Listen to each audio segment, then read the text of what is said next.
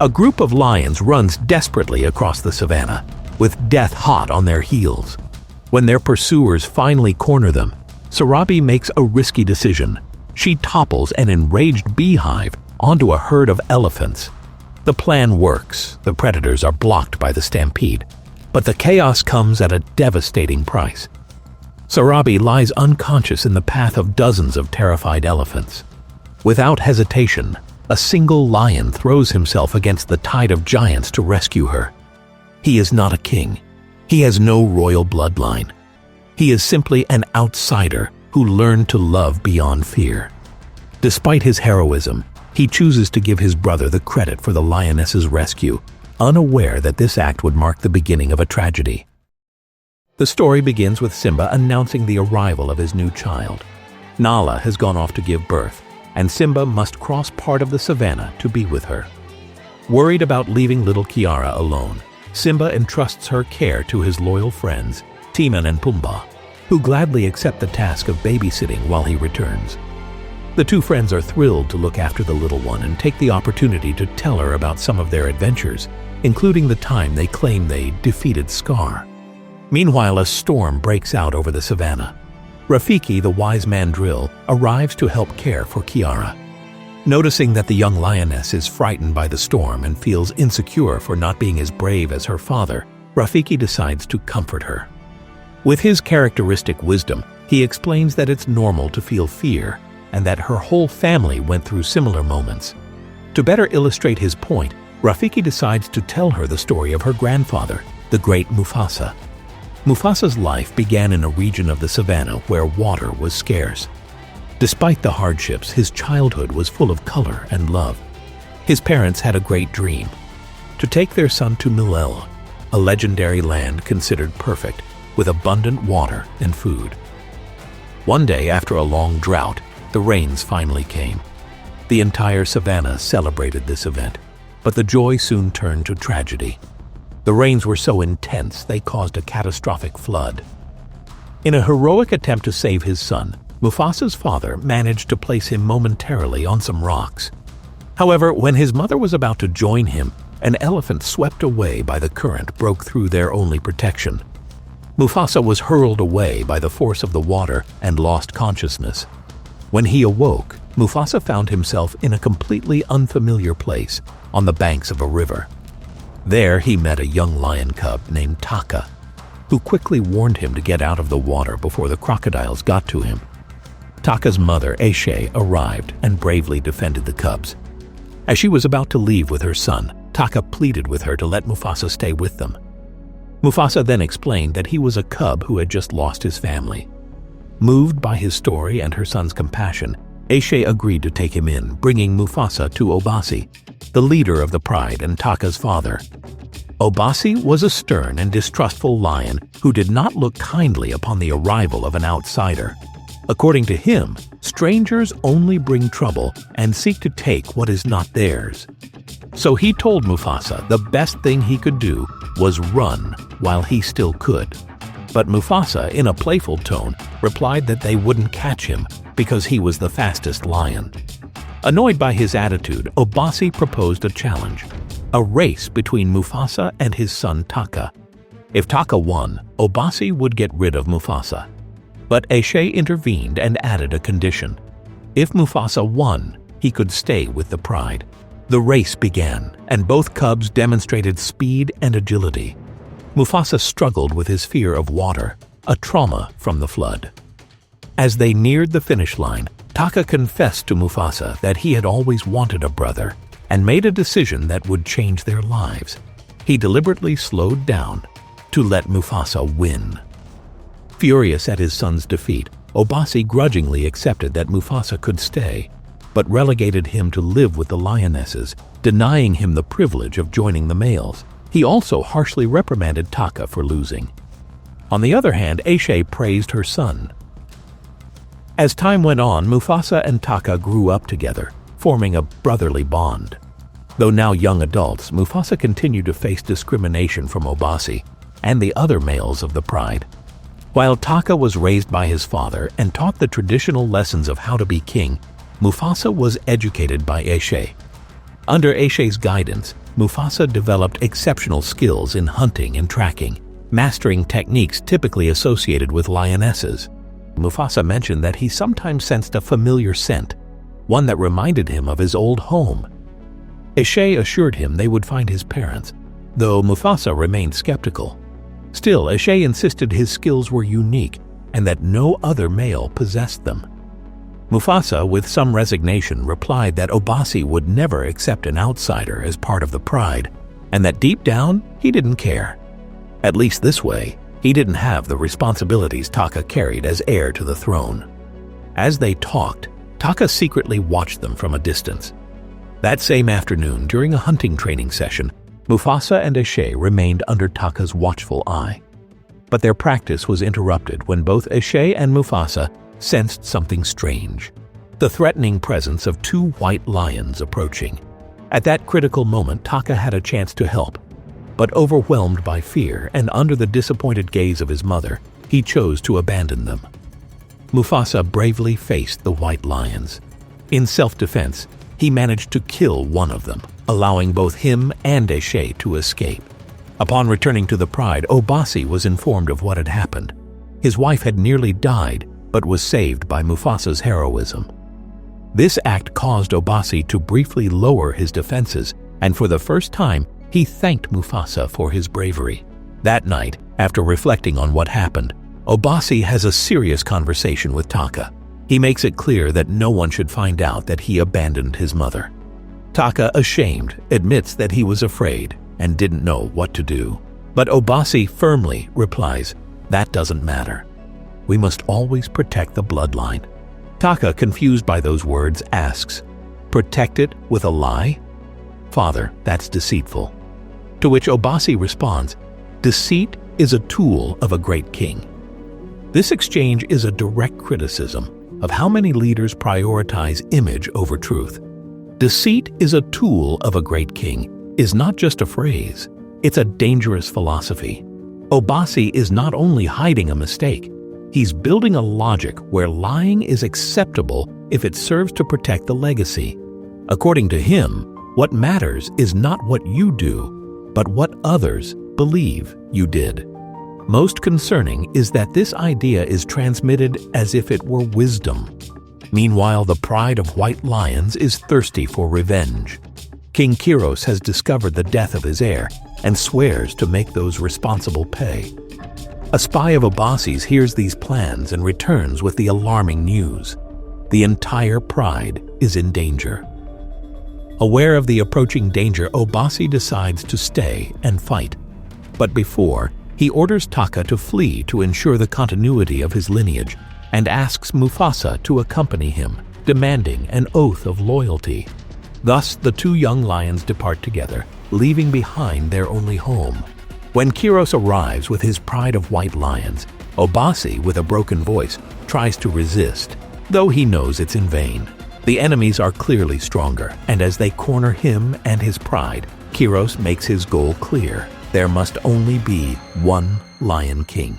Meanwhile, Taka and Mufasa are determined to escape, but when they see a flock of birds fleeing in terror, they realize the white lions are already on their trail. The white lion pride, faster and more experienced, catches up with them. Cornered, Taka decides to push Mufasa so they can jump into the water together, but they're pursued by a white lioness who is suddenly devoured by a crocodile. Miraculously, they survive the fall and momentarily escape. As night falls, they are discovered by a young lioness princess named Sarabi, who has also lost her family. Sarabi travels with her personal protector, Zazu. Although initially distrustful, they agree to join forces in search of a safe place. High atop an ancient savannah tree, Rafiki appears, a young mandrill with the gift of vision and prophecy. Rejected by his own baboon tribe for his strange abilities, he decides to leave them and begin his journey toward Milele. On his solitary path, he encounters Taka and Mufasa. The hungry lions prepare to attack him, but Rafiki shows no fear. He walks calmly, unwavering. Taka steps forward threateningly and says, "I don't think you understand what's about to happen. There's no place for you to go." Rafiki, calm, replies, "I'm going forward." Taka retorts, "I seriously doubt that." To which the mandrill replies, It's easy to doubt everything when you know nothing. Behind this dialogue lies a powerful lesson. Rafiki shows extraordinary calm in the face of danger, not out of recklessness but from clarity of purpose. "I am going forward." When Taka responds, "I seriously doubt that," he reveals his lack of understanding. Rafiki's answer, "It's easy to doubt everything when you know nothing," exposes a universal truth. Those who question others' convictions the most are often those least certain of their own. This exchange illustrates how ignorance breeds fear, and fear, arrogance. Rafiki teaches that those with clarity of purpose can face adversity with inner peace. Rafiki reveals he knows the way to Milele, the paradise Mufasa dreams of. Sarabi, skeptical, asks, "Why would we follow a baboon's dream?" To which Rafiki, full of conviction, responds, "Sometimes a dream is all there is, the only truth that lives in you." When Sarabi expresses doubt about following a baboon to a place no one has seen and suggests she'd rather go alone, Rafiki concludes, "A single stick may smoke, but it will never burn." The message is clear. One person alone can hardly keep a cause alive. Dreams grow stronger when shared. Rafiki reminds us that great achievements are born from collective purpose, not self-sufficiency. Intrigued by the mandrill's wisdom and his knowledge of Milele, the lions and Zazu decide to join Rafiki on the journey. During the journey, Mufasa discovers they're being tracked by Kiros's lionesses. Aware of the danger, they change course to throw them off. In the midst of adversity, an unexpected romance blooms.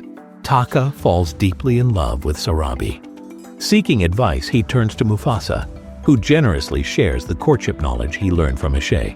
Taka uses these tips to impress Sarabi, pretending tracking skills that actually belong to Mufasa. The group arrives at an elephant migration zone. They believe they're safe for a moment, but the white lionesses ambush them. In a desperate act, Sarabi uses a beehive to provoke a stampede among the elephants. Her plan works, eliminating several pursuers, but at a high cost. Sarabi is knocked unconscious. Without hesitation, Mufasa risks his life to save her. After escaping, Rafiki uses his healing skills to revive Sarabi. When she wakes and asks who saved her, Mufasa, in an act of generosity toward his brother, gives all credit to Taka. The group reaches a snowy mountain region. Mufasa senses that Milele lies beyond. To avoid being tracked, he asks Zazu to use the snow to hide their tracks, a survival skill taught by Ashe. This display of skill deeply impresses Sarabi. Watching how Mufasa succeeds where others fail, she begins to suspect the truth. Taka notices Sarabi watching Mufasa with growing admiration. That connection, so clear to him, stirs something inside. First just discomfort, a vague unease, but soon jealousy and pain. Taka begins to feel invisible, overshadowed by the very brother he helped survive. Eventually, Sarabi uncovers that Mufasa is the true tracker, the real leader, and the one who actually saved her. When she confronts him, Mufasa humbly refuses to discredit his brother. Still, the attraction between Sarabi and Mufasa is undeniable, and they fall in love. Taka witnesses everything from afar. Feeling betrayed, rage consumes him. Driven by jealousy and resentment, he makes a terrible decision. He goes to the White Lion Pride and reveals the truth that will change everything.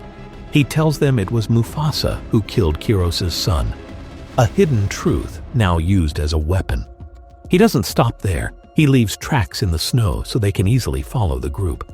In this act of revenge, Taka releases his darkest and most treacherous side. After a long journey, the group finally arrives at Milele, the legendary perfect land. They celebrate joyfully, believing they've reached their goal.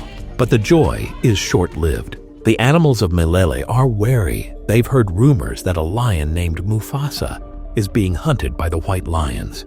Fearing for their safety, they reject the newcomers. Things worsen when the White Lion Pride arrives. Mufasa decides to confront Kiros to prove to the animals of Milele that they are not the enemy. Kiros wastes no time and delivers a painful truth. It was Taka, Mufasa's own brother, who betrayed them and led the pride to them. Mufasa, in disbelief, struggles to accept such a betrayal. Taka finally shows his true colors. Filled with bitterness, He accuses Mufasa of betrayal, of stealing his destiny and showing no gratitude, claiming it's thanks to him that Mufasa is still alive. Kiros, exploiting the conflict between brothers, begins a fight with Mufasa. During the battle, Mufasa leads him to a steep, rocky slope where Kiros slips and falls. Meanwhile, Sarabi realizes reinforcements are needed. She contacts local lions but finds only lionesses. The males were all killed by the white lions. With determination, Sarabi convinces them to join the fight, declaring that it's now or never. Mufasa addresses Milele's inhabitants, trying to unite them. The animals question why they should fight a battle that's not theirs. Mufasa explains that if they don't act now, the white lions will come for them too. He says the only way to win is by joining forces, showing that no species is superior, but each has unique and vital strengths. He emphasizes there is no lion as large as an elephant, as strong as an ox, as fast as a cheetah, as tall as a giraffe, who can soar and scout as wide and far as the cranes and hawks in the sky. Convinced, the animals of Milele unite and battle the white lionesses. Meanwhile, Mufasa faces off against Kiros, Taka, and 3 lionesses. Though he fights valiantly, he's overwhelmed and thrown into a cave. Inside, Mufasa and Kiros engage in a fierce battle as Taka watches. Despite his bravery, Mufasa is at a disadvantage due to Kiros' experience and size. As Kiros is about to land a killing blow, something unexpected happens. Taka remembers his mother's words about how his moment of bravery would come and recalls his time with Mufasa. Then, at the last second, he steps in and takes the blow for his brother. This act of redemption reunites the brothers, and they fight together to defeat Kiros. Outside, the savannah continues to fight against the white lionesses. Suddenly, Rafiki senses an imminent earthquake. The cave trembles violently, partially collapsing and forming what would later be known as Pride Rock. A deep sea note forms within. Mufasa and Kiros continue fighting in the water. Taka watches from above, torn. At a critical moment, Mufasa recalls his ancestors' wisdom. Always feel your surroundings. Thanks to this, he uses a rock to strike Kiros and escape. With his last strength, Mufasa tries to climb out. Taka, once again conflicted, claws him briefly, then, moved by guilt, pulls him to safety. After the battle, Mufasa emerges with Sarabi to be greeted by Milele's inhabitants. He's hailed as a hero for saving the land. Though he initially refuses the crown, claiming he's not from royal blood, Rafiki reveals a deeper truth. Thanks to him, the people are united like never before. Then Mufasa senses a familiar scent from his childhood. To his shock and joy, he discovers his biological mother is alive and has arrived in Milele. Their emotional reunion heals the wound left by the tragic flood. She tells him his father is gone, but lives on within him. Taka returns and begs his brother's forgiveness. Though Milele's citizens demand his exile, Mufasa shows compassion. He won't banish him, because he's still his brother. But the pain is too deep. Mufasa can no longer call him by his name. Taka then chooses to call himself Scar, saying he will carry the name as a reminder of what he did to his brother. Taka was not born Scar. He was wounded. He was shaped by a father who valued image over truth. In those whispered words from Obasi, deception is the tool of a powerful king. We find perhaps the most poisonous seed planted in the heart of a boy who only sought approval. While Mufasa learned compassion from Eshe, Taka absorbed lessons of manipulation from his father. The deepest scars are not those on the skin, but those in the heart, when you don't realize you're being wounded.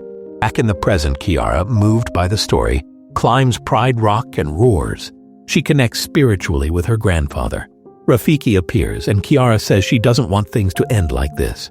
"Don't you see, Kiara?" Rafiki replies, "Mufasa lives in you." Then she understands. Being king is not a title. It's a responsibility. It's about taking the first step, even if no one follows. Mufasa didn't win with strength, but with unity. He didn't seek glory, but protection. He didn't rule from a throne, but from respect. He was remembered not for being the strongest, but for inspiring everyone to fight together for what's right. That is the crown that never falls, the one earned through actions, not words nor lies. Simba returns with good news. Kiara has a new baby brother. She promises to always protect him. And the first thing she'll do is tell him the story of the bravest lion of all time, Mufasa, the Lion King.